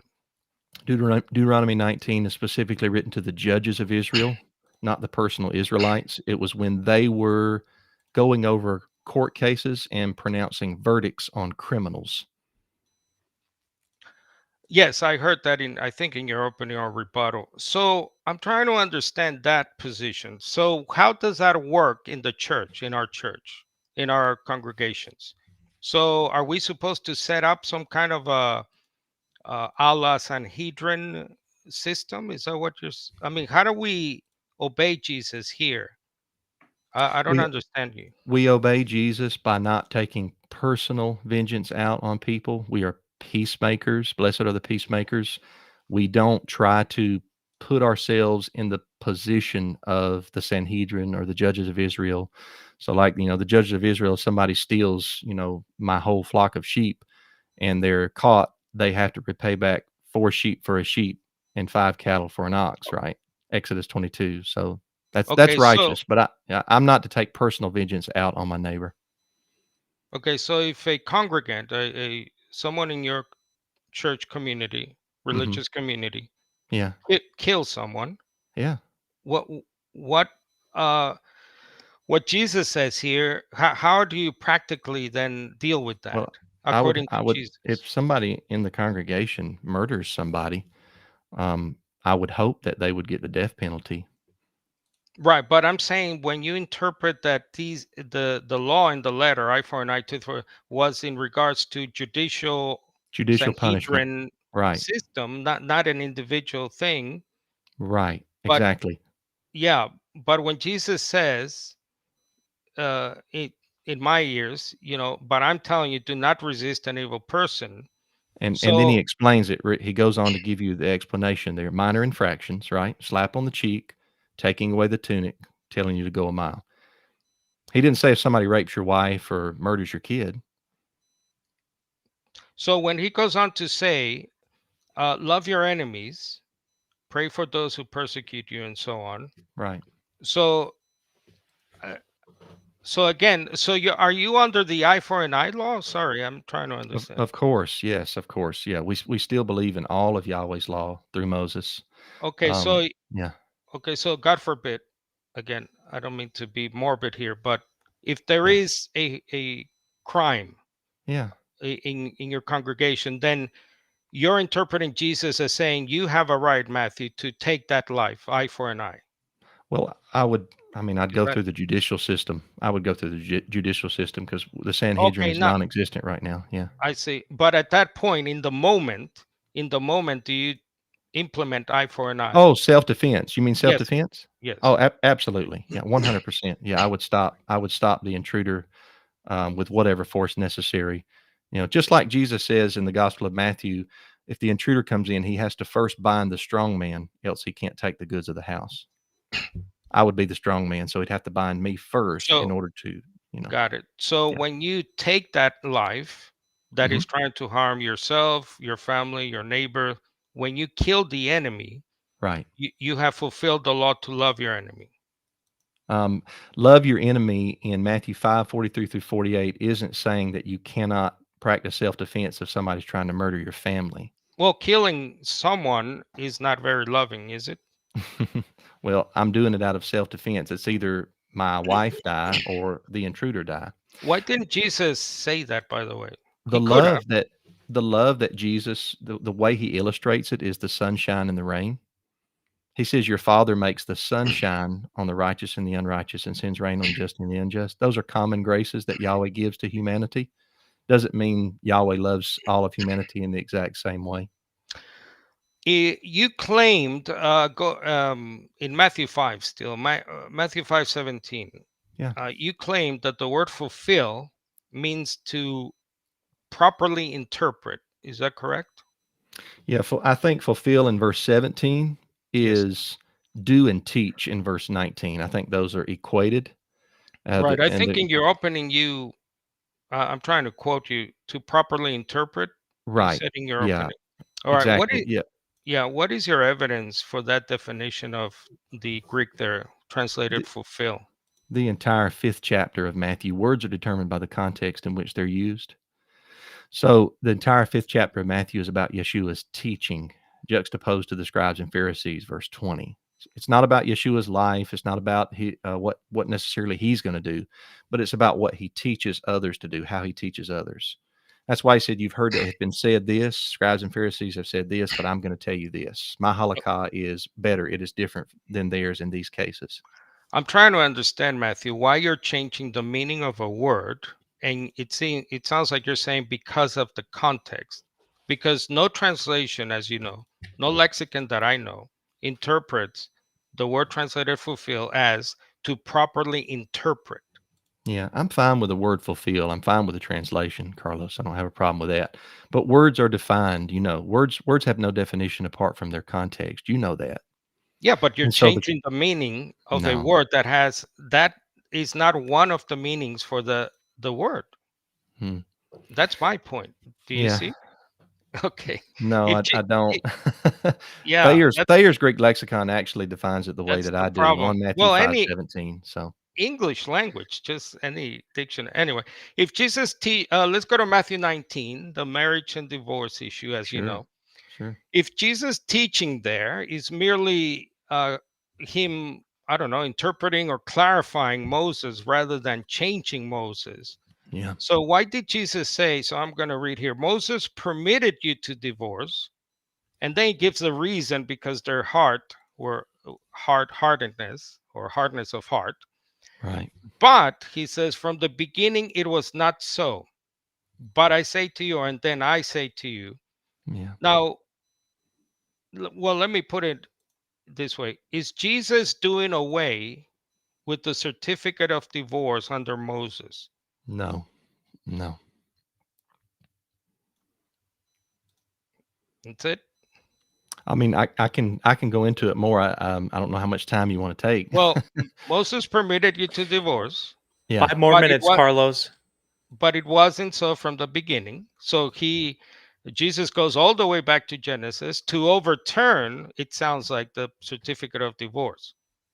And then he explicitly contrasts and overrides the permission there. Yeah, a lot of things weren't so from the beginning. It wasn't so to wear clothes from the beginning either. But after the fall of mankind, Yahweh gives laws to regulate how we live. Right. In Deuteronomy 24, Yahweh gave a law that protected women. It was for the protection of women. Men were allowed to have multiple wives. It wasn't for the protection of the men, but it's for the protection of the woman so she could be loved by a proper man. So if she found no favor in his eyes because he found some unclean or indecent thing in her, he could write out a certificate, put it in her hand, and send her out of his house. She could go be another man's wife.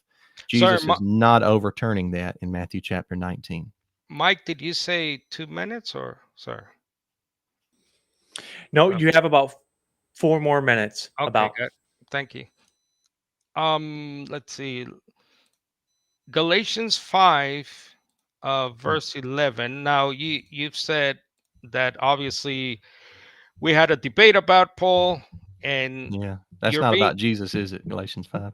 Right, but you're consistent in and I appreciate that in saying that Yeah. Paul says I imitate Messiah Jesus, and Paul was under the law, so it's by extension, right? He's under the law because Jesus was under the law. He was And a in good 5, disciple. right, in your interpretation, in 5:11 he says, as for me, brothers and sisters, if I were still preaching circumcision, why am I still being persecuted? Right. uh, so I think twice there he says, if I were still preaching circumcision, meaning he was not. So why are you? I invite everybody to go watch that debate Carlos and I had a few years back, and we go over this text extensively. But Paul did not teach circumcision as a prerequisite for the forgiveness of sins. It was a particular doctrine of circumcision that Paul did not teach. But he did take Timothy, had the boy circumcised before they started the ministry there in Acts 16. So he must not be against all circumcision of grown adult men. Why didn't he circumcise, was it Titus? There was pressure from false brethren that had Is came that what the in. text says?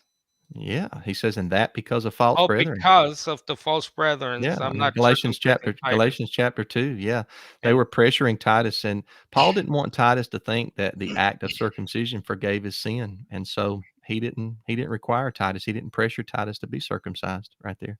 for the record, I know, but are you under the Sinai covenant in Moses or new covenant in Messiah? Anybody can go listen to our debate, and you asked me that question, and I answered it about Paul. So this debate's about if Jesus practiced or preached the law of Moses. If Jesus expects his church to remain under Torah, Uh-huh. why was this not the conclusion reached by the Jerusalem Council? It was. They actually did reach that conclusion. They just didn't plop the entire Torah down on the Gentiles all at one time. That'd be way too big of a yoke for anybody to bear. They started them off with 4 laws, and then they could go to synagogue on Shabbat, Acts 15:21, and they'd hear Moses be preached. And over time, they would grow in grace and knowledge. Yeah. You wrote that Jesus was not prohibiting all oaths in Matthew 5, and you noted Deuteronomy 6:13 permits swearing in God's name. And Hmm. instead, you said he was rejecting the Pharisees' practice of making non-binding oaths by swearing on things, other than the divine name to evade responsibility. And Jesus lists heaven, earth, and so on. Hmm. But then you quoted Jesus, and this is in an article, by the way, I read from you. Hmm. And you quoted Jesus as saying, don't take this kind of oath at all. Hmm. Now, you know that that's not what the Greek says, right? Hmm. He's explaining what he just said. When he says take no oath at all, that's what you want me to say. Take no oath at all. He's explaining the oaths that he just mentioned against taking. Don't swear by the hair of your head, your beard, a stack of Bibles, your mother's grave, so forth and so on. Thank you. You're welcome, buddy. All right. And that does our 20-minute cross exam from both participants. I want to thank you both. I think that was great. I think overall, it was very respectful. Man, that's the type of discussions I like to listen to. So I thank you both. All right. And now what we are going to do is move to an open audience Q&A for 15 minutes. Now, I have as many questions as I was able to find linked. We're going to take them from the top. But if you have them still, be sure to put them in chat, and hopefully we have enough time to get to all of them. So I'm going to reset this timer, and we are going to start taking these one by one. All right, first up, we have a question from Unitarian Apologetics. Thank you for the question. He says, Hebrews 7:12 says explicitly the law changed. How is a law that is eternal and immutable changed?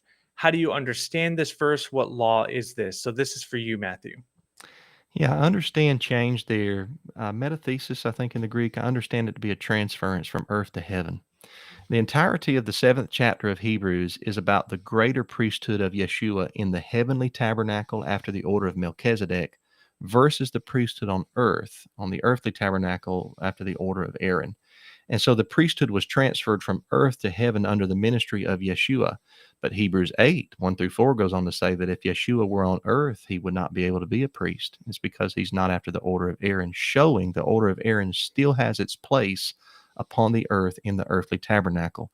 And if you read Jeremiah 33, which is part of the new covenant, the order of Aaron will be reestablished in the Messianic era. That's part of the new covenant. All right, Carlos, on to you. Yeah, it's interesting that that passage there, it says exactly that about Jesus, Matthew, that he's not a priest according to the law. Isn't that ironic? So he's not a priest, so he's disqualified, Jesus. And why? Why did that happen? Well, because God said so. So that's one of the chapters in my book, by the way, because God said so. So why are we changing, quote, eternal laws like the Sabbath eternal law, like circumcision of the flesh? Well, because the word eternal in the Bible sometimes has to be looked at carefully, right? So eternal doesn't always mean eternal. The Levitical priesthood was supposed to be eternal, I believe. Things in the temple, I believe, the keeping oil in the lamps was olam, eternal. So obviously things have to be taken in context. But it's interesting, though, that Jesus is a disqualified high priest under the law that my opponent here is defending tonight. Thank you. All right, Matthew, the question was for you, so you will get the last word. Yeah. So the Melchizedek priesthood is in the Torah too, Genesis chapter 14. The author of Hebrews says that Levi paid tithes to Melchizedek, in a manner of speaking, being in the loins of his father Abraham. So Melchizedek is the superior priesthood. This is not a new teaching. This is teaching from Bereshith or from Genesis. So Carlos is correct, though, that according to the law of Moses, Yahweh through Moses, Yeshua could not be a priest on earth. The author of Hebrews says that in Hebrews 8:1-4. All right, thank you. Now moving on to a question we have for Carlos. Did Jesus teach us that his father was a tyrant by saying that his father burdened his people? Well, actually, the yoke reference, I believe, is in the Jerusalem Council in Acts 15. And no, I don't believe God the Father was a tyrant. What's happening is that there is a new system. There's a new lawmaker. There's a new, the new covenant is coming in part. I do agree, by the way, in part, if you read Jeremiah 31, obviously Israel as a corporate nation has not come to belief. So it's in part that we believe that the Messianic era, the Messianic age with the law, the law of Messiah comes in. So yeah, so if you are going back under the shadows, as I understand Paul to be speaking in Colossians 2 and elsewhere, that that is wrong. That is bad. Circumcision of the flesh is now described as cutting yourself off from Messiah. So yeah, that in that way it becomes. But obviously, God the Father is not a tyrant. Matthew? In Deuteronomy 6:24, it says that Yahweh commanded Israel the statutes for their good. And in Psalm 19, he calls them more precious than gold and sweeter than honey. I love honey. I eat honey every day. Sweeter than honey, right? And then in 2 Kings 23:25, King Josiah shows us about the Shema.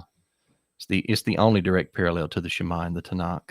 He loved Yahweh. He turned to Yahweh with all his heart, soul, and strength according to the law of Moses. So it's not the laws from a tyrant. These are beautiful instructions that Israel was blessed if they kept. All right, and Carlos, the question was for you, so you get the last word. Yeah, I mean, I agree so far with Matthew, with God the Father not being a tyrant, but things have their purpose. You know, there is a time and a season for things. And again, most of us Christians understand that the Ten Commandments, for example, you know, Paul talks about it in 2 Corinthians 3. He says, written in letters carved on stone tablets, and they came with glory. So looking back, he even calls it the ministry of death in 2 Corinthians 3:7. So you have to take things into context, it does not mean, I agree with Matthew, that God was a tyrant or, oh, he gave them death back in the day. No, it just means that looking back to the former things when you already have the present better things. And again, read Hebrews chapter 8 specifically, where it references Jeremiah 31, by the way, the longest Old Testament reference in the New Testament, Hebrews chapter 8. So yeah, if you look back to that, that's when it becomes, quote, bad or burdensome. Thank you. All right. Thank you, Nathaniel, for the question. Moving on. A new question by Alive and Remain. This is from Matthew Janzen. If Jesus taught that the law was done away, would that make him a false prophet according to the Bible? It would. Deuteronomy 13, 1 through 5. It says, if a prophet or a dreamer of dreams rises up from among you and shows you a sign or a wonder and it come to pass, but he doesn't speak in accordance with the Torah, it says, don't listen to that prophet. Yahweh is trying to test you to see if you'll love him or you'll love that prophet. So if Jesus came on the scene and did away with Yahweh's law through the mouth of Moshe, he would have been a false prophet, and it would have disqualified him from being the Hebrew Messiah. Carlos? Not if he's the prophet, prophesied by Moses. So if you read a few chapters later, as you know, Matthew, Deuteronomy 18. By the way, Deuteronomy 13 in context, it's about this miracle worker or prophet, and they actually do the miracles and stuff, sign and wonder, it says. But if they teach, it says, let us follow other gods, that's when that's bad. Yeah, in Deuteronomy 18, we believe that Jesus is the prophet of Deuteronomy 18, as used in the book of Acts, in the preachings of Peter and Paul and others, where they reference Deuteronomy 18. So yeah, so he's the new covenant lawmaker. Again, I stressed that in my book and in my opening. So thanks. Matthew, any other comments? Deuteronomy 18, Moses says, a prophet like me, not dislike me. Yahweh will raise up a prophet from among the brothers like me, and you are to listen to him. And that was fulfilled in Luke 9:35, Mount of Transfiguration. The voice came down from heaven and said, listen to Jesus, my son. When you listen to Jesus, you're obeying the law of Moses in Deuteronomy 18, verse 15. Awesome. Thank you. All right. Moving on. Another question here from Nathaniel for Carlos. Does John 7:16 through 18 mean that Jesus teaches his Father's law, or does it mean that Jesus makes a law in opposition to his Father? All right, 7:16. It is not my own teaching, but it comes from the one who commissioned me or sent me. If anyone is willing to do God's will, he will fully recognize this teaching, where it comes from God or from my own initiative. The man whose teachings come from himself, is looking for glory for himself, but he who is looking for the glory of him who sent him, that man is genuine and there is nothing false about him. Does that mean that Jesus teaches his Father? Does it mean that Jesus makes? Yeah, Jesus is teaching what he's hearing or seeing from God the Father. And again, at times, it is clear to us, to most Christians, that some of the things that Jesus is communicating from God the Father, by the way, just to clear up something I saw in the chat, when we say the law of Moses, that is a biblical phrase. It's not that Moses made it up, obviously, but it is a biblical phrase. Jesus himself says the law of Moses. So yeah, when we talk about the law of Jesus, it just means that their laws communicated originally from God to Jesus, in the case of the Old Covenant, as we call it, from Moses. So does it mean that Jesus makes law in opposition? No, that passage there clearly is not in opposition to God the Father. Thank you. Matthew? Yeah, I mean, I agree. I think that Jesus only teaches his Father Yahweh's instructions. So, and we can find those instructions in the first 5 books of Scripture in the Pentateuch. And I think Jesus practiced and preached Yahweh's law. All right. Thank you for that. Carlos, you have any last words on that? Yeah, just quickly. the words of the new covenant, where do we find them? Well, we know where to find the words of the old covenant. Well, the words of the new covenant, a good place to start is the Sermon on the Mount. So now they're the words and commandments from Messiah, not Moses. And yes, Messiah doesn't totally abolish, do away with, renounce the whole of the Mosaic laws, etc. But obviously there are things that are different to us. So yeah. All right, awesome. I want to do a quick lightning round. This will be just one response from both of you. First to you, Carlos. Is Carlos implying that Christ transgressed the commandment? Confused. You want to clarify on that? No, I look at my what I call disclaimer in my opening. Jesus was not a lawbreaker. He's the new covenant lawmaker. Matthew, any comments? I disagree with Carlos's understanding of the law that Jesus kept, but I respect Carlos in the sense that he actually believes in living a Christian life and obeying laws. So I have to respect that. So, I think he's wrong in his understanding. I think that his teaching presents Jesus as a lawbreaker, but I know he doesn't think that. So, hopefully that made sense. All right, thank you both. Just wanted to get that one out. Okay, question for Matthew. Does the Bible teach in the Old Testament that the law of Moses will come forth from Jerusalem, meaning heaven? I think that's part of the kingdom promise in Isaiah 2:2-4. Come, let us go up to the mountain of Yahweh and to the house of the Elohim of Yaakov. He will teach us his ways. We will walk in his paths. For the Torah will go forth from Zion, and the word of Yahweh. Notice the word of Yahweh is synonymous with the Torah. It will go forth from Jerusalem. And I think it's a kingdom prophecy because then it talks about there'll be no war. We'll beat our swords into plowshares, our spears into pruning hooks. Praise Almighty Yah for that time when it comes. So I do think that, that it will. And I also think the same thing at the end of Isaiah, from one new moon to another and from one Sabbath to another, all flesh will come to worship before Yahweh in the new heavens and the new earth even. So yeah. Quick, Carlos, before you respond, I think he dropped another question. It's sort of the same one. So will Christians be keeping the law of Moses in heaven for eternity? You're saying yes. For me? Yes. Okay, so I do think there will come a point in time when all will be accomplished and some jots and tittles will pass. It doesn't mean that the final new heavens and new earth will be lawless, but it'll be a stage that we get to. Remember, Yeshua said, until heaven and earth pass away. In Revelation 21, what happens? I saw heaven and earth pass away. All right. So there will be some jots and tittles passed at that time, but not until that time. So the first stage of the kingdom, I think Carlos and I agree with the millennium kingdom. So the first stage of the kingdom, I think, will be sons of Thank Aaron. God. I think there'll be a temple and Yeshua will rule from the throne of David on earth. So yeah. Awesome. Carlos? We're going to have to start. So we don't have to debate millennialism. I hope. No, please. I'm sick of millennialism. The question is interesting. First of all, it sounds like the questioner thinks that the final destination for us Christians is heaven. In heaven. No, we're not going to heaven. I'm not going to be in heaven. I'm waiting for the kingdom to come to earth.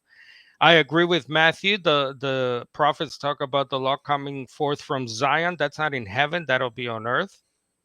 Reconstituted, reborn. Check out Matthew 19:28 at the restoration, rebirth of all things. Messiah will sit on his glorious throne. The Davidic kingdom will be restored, etc. I believe that'll be a physical restored Zion, Jerusalem in the Middle East. Now the nations will be keeping the law in a sort of modified form. I do believe that, Matthew. I will not go against Zechariah. Praise the Lord. Yep, I will not go against Isaiah 65, 66, Zechariah 14, Ezekiel 36. There is a prophecies about certain feast, festival of booths, I believe. Yes. The Sabbath, even circumcision of the flesh in the temple. I believe in a physical, literal, millennial temple, first stage of the kingdom. Thank God you believe that, Matthew.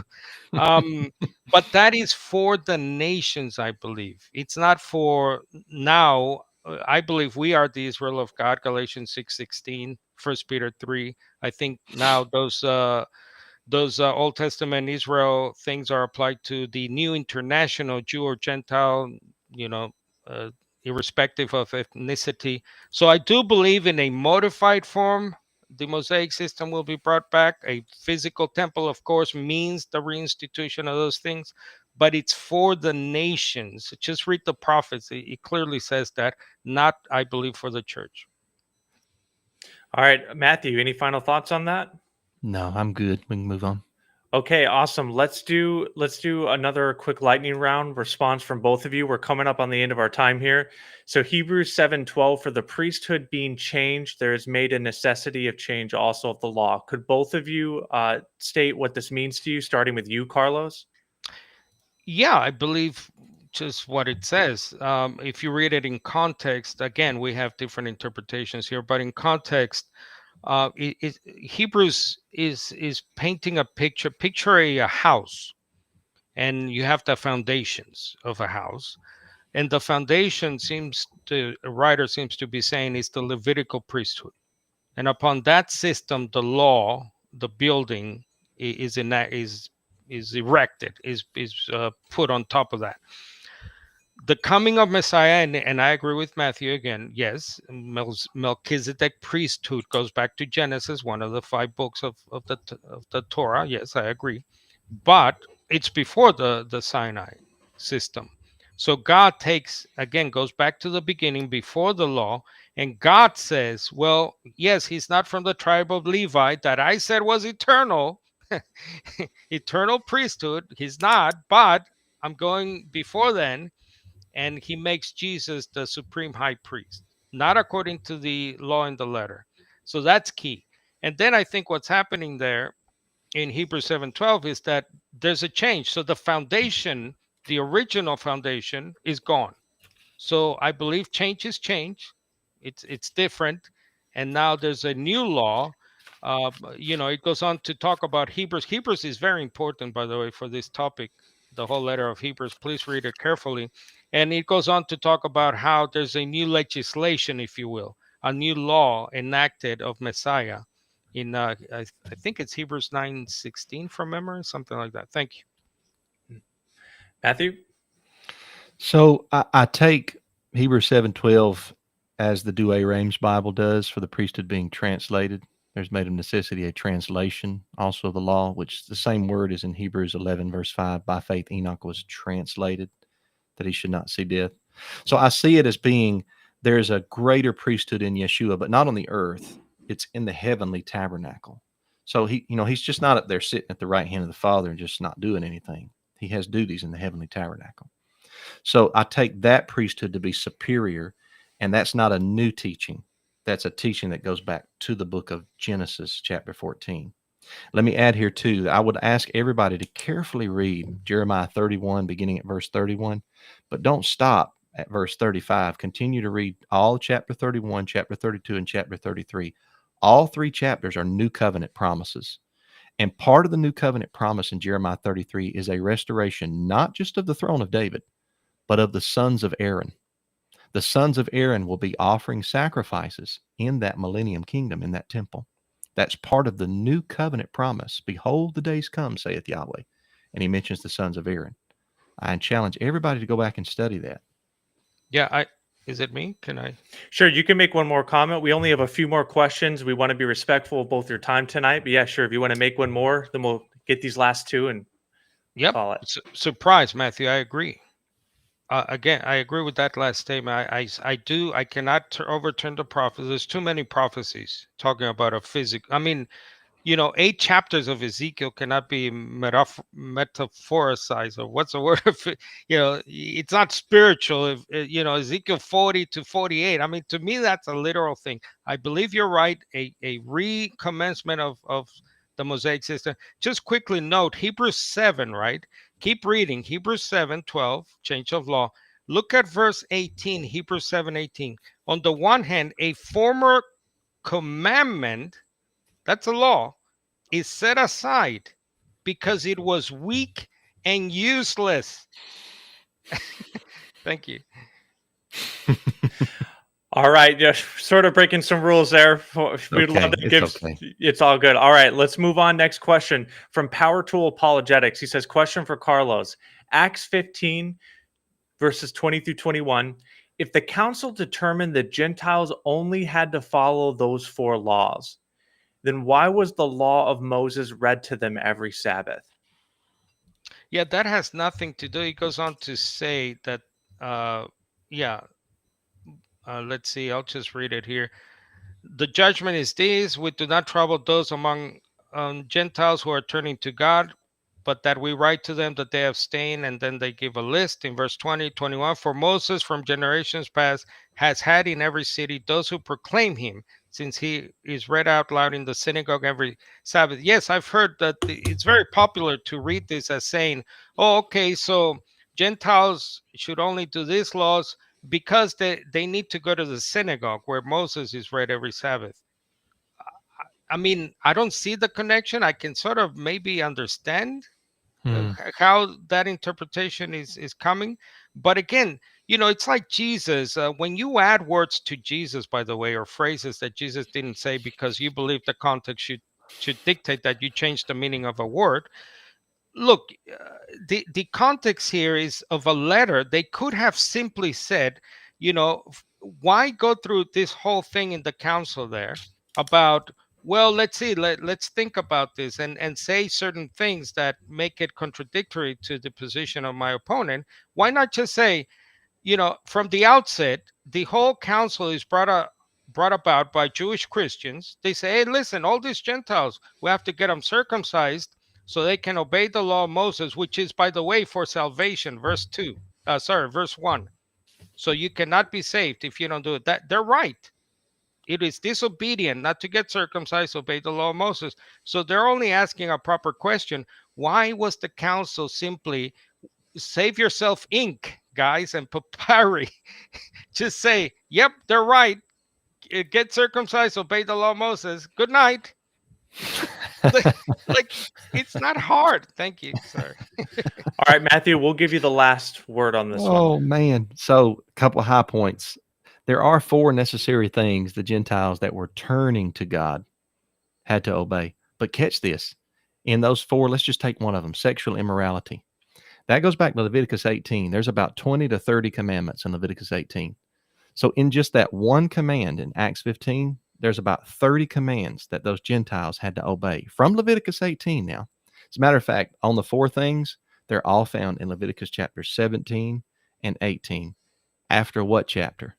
Leviticus 16, the chapter of forgiveness, Yom Kippur. Forgiveness comes first. 4 necessary laws that not just the Israelite, but the Ger that joined to Israel was required to obey. I do think verse 21 means that they would learn the rest of it as they grew in grace and knowledge. Yahweh didn't put a burden on them, plop the entire, as is commonly said, 613 commandments down on the nations that were turning to him. He didn't do that. That would be a yoke that neither we nor our fathers, anybody can't bear that. But the law is beautiful and easy if you just take it one step at a time, and that's what the elders were requiring there of the nations there in Acts 15. All right, thank you for that. We're going to go on.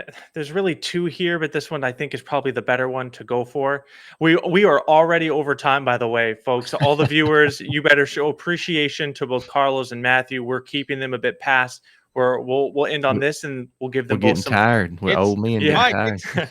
I'm 51 today, so it's my bedtime. Oh, okay. Happy birthday, Carlos.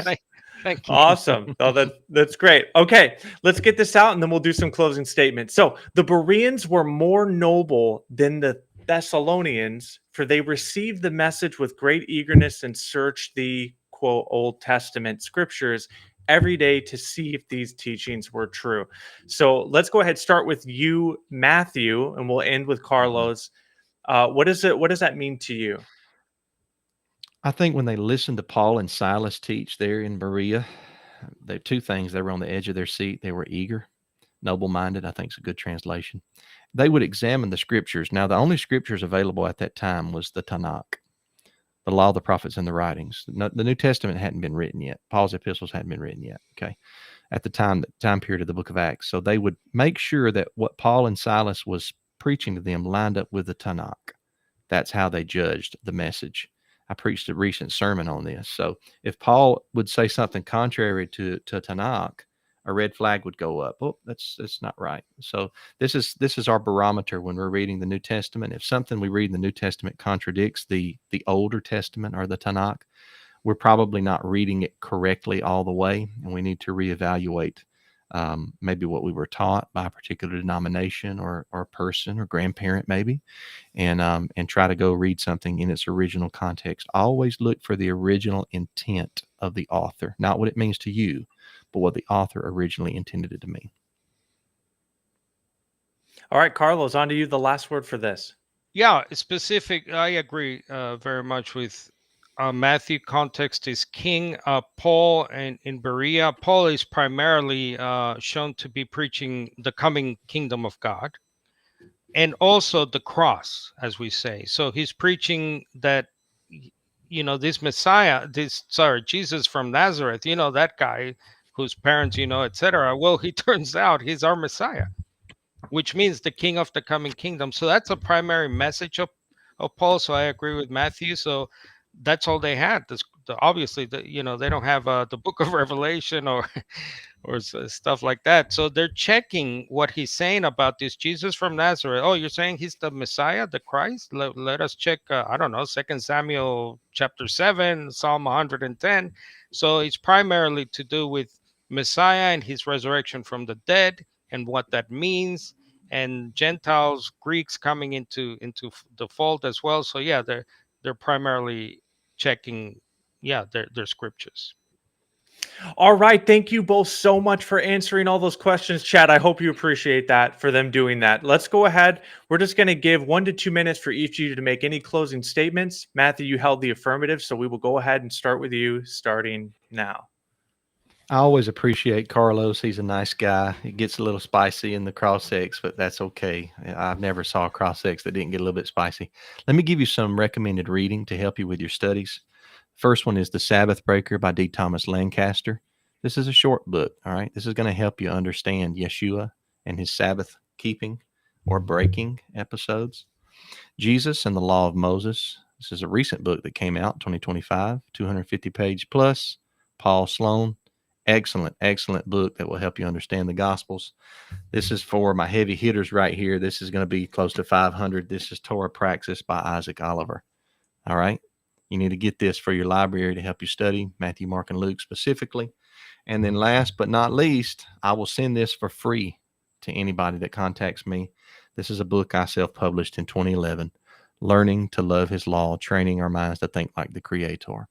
All right, this is a small print, but it's about 150, 160 pages. I'll send this to you for free if you contact me. All right. So I just appreciate Carlos. I hope that you'll read those books with an open Bible, not to the neglect of the Bible. Search the scriptures to see if these things be so. Don't take my word or Carlos's word for anything. Use this debate. Listen to it again. Go back over it 2, 3, 4 times. Listen to the questions and the answers. Listen to the affirmatives and the rebuttals. Take notes, make a flow chart, all right? See who stayed with the scriptures. Look up words in Hebrew and Greek lexicons. Define words by their context. Look at what the scholars say. I think you'll be blessed. Shalom, shalom. All right. Thank you for that, Matthew. And now on to Carlos for any other final statements that you would like to make. Yes, thanks to Matthew. It's important to acknowledge for me that many who adopt this opposing view, Torah observant, do so from obviously sincere and admirable motives, obedience. Now, some do it to seek deeper roots, connections, a desire to know the Jesus who was a Jew, was born a Jew under the law, etc. But these longings, again, they're understandable to me, but sincere motives do not erase serious covenantal consequences. I mean, once Torah keeping is introduced as a binding requirement for Christianity, the result is no longer, I believe, a return to the original faith of Jesus. It's the beginning of a reconstruction of Jesus and the faith of our Messiah Jesus. Now, yes, Christianity seeks to engage, to understand, to learn from the Jewish heritage, from the books of Moses. I'm not saying don't read the Old Testament. Please, it's essential for your kingdom gospel message to read the great prophets, Isaiah, Zechariah. I mean, one of my favorite chapters is Isaiah chapter 19. Now, we treasure the Torah, the scriptures. They are still the scriptures after all. We do call them that, Christians. But treating Torah observance as continuing covenantal obligation for Christians fundamentally alters the shape of the Christian faith. And to call yourself a Torah observant Christian, to me, is similar to calling yourself a Muslim Christian or a Confucian Christian. You know, Confucianism and Christianity. It's well intentioned, but ultimately contradictory, blending distinct religions rather than restoring the ancient faith of our precious, beloved Messiah Jesus. You're creating a new thing. True Christian faith honors the Torah, honors the prophets as scripture, but we must embrace Jesus as the new covenant lawmaker, mediator of a new and better covenant. Please read carefully the letter to the Hebrews. And we stand firmly and solely within the teachings, the commandments of our Messiah and his apostles, not Moses. Thank you. All right, guys, that's going to do it for this debate. If you want to hear more from Matthew or Carlos, be sure to visit their channels. They have been linked in the comments. They should also be linked in the video description. Big shout out to them. And we thank all of you guys as well for joining us tonight. Be sure to like this video. Oh, as my camera just jumped. Oh my gosh. Oh no. Can you hear me? Give me a moment, my camera. Oh no. All right. If you enjoyed this video, be sure to give it a like, subscribe if